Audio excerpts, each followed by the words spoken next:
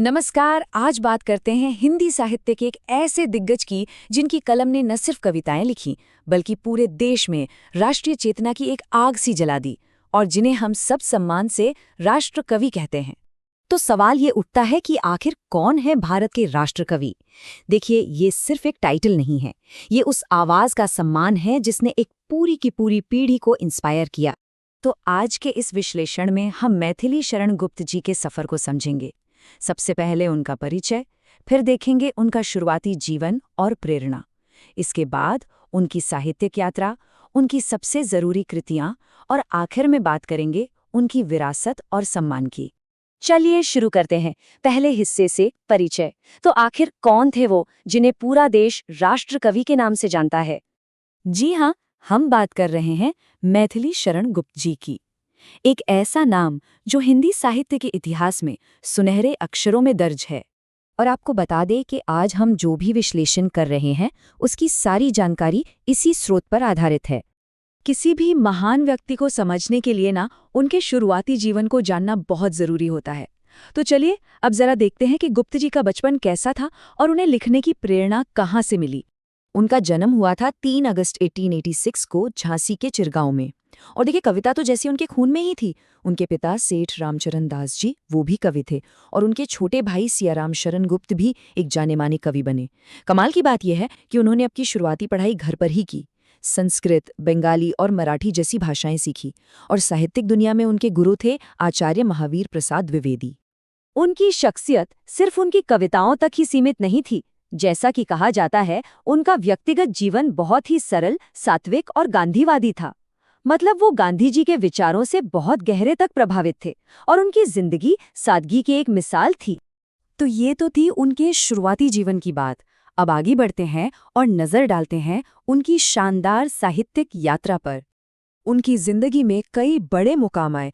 वो अपनी पूरी जिंदगी सरस्वती पत्रिका से जुड़े रहे, जो उस जमाने की बहुत बड़ी साहित्यिक पत्रिका थी। पर वो सिर्फ एक लेखक ही नहीं थे।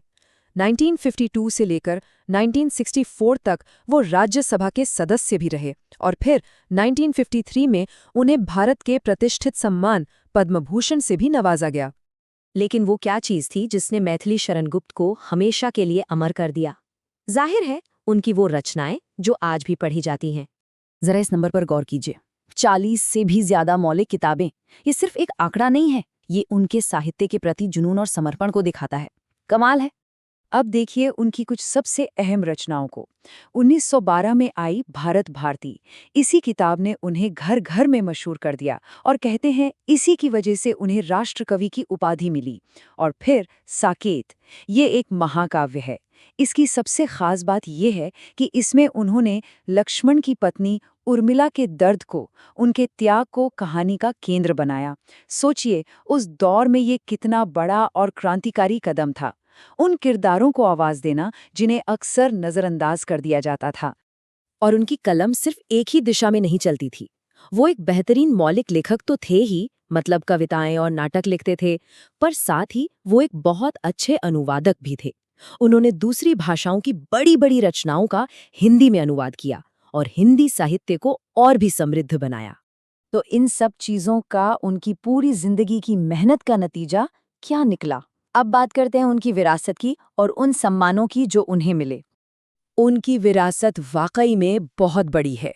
राष्ट्र कवि का खिताब, पद्म भूषण जैसा सम्मान, राज्यसभा की सदस्यता, ये सब उनके जबरदस्त योगदान को दिखाते हैं। इसमें कोई शक नहीं कि वो आज भी हिंदी साहित्य के सबसे बड़े और सबसे जरूरी कवियों में से एक गिने जाते हैं। तो इस पूरी चर्चा को हम एक सवाल के साथ खत्म करते हैं। सोचिएगा जरूर कि राष्ट्रीयता, नारी चेतना और इंसानी मूल्यों पर लिखी गई उनकी कविताएं आज के इस मॉडर्न जमाने में कितनी रेलेवेंट हैं, कितना कुछ सिखाती हैं।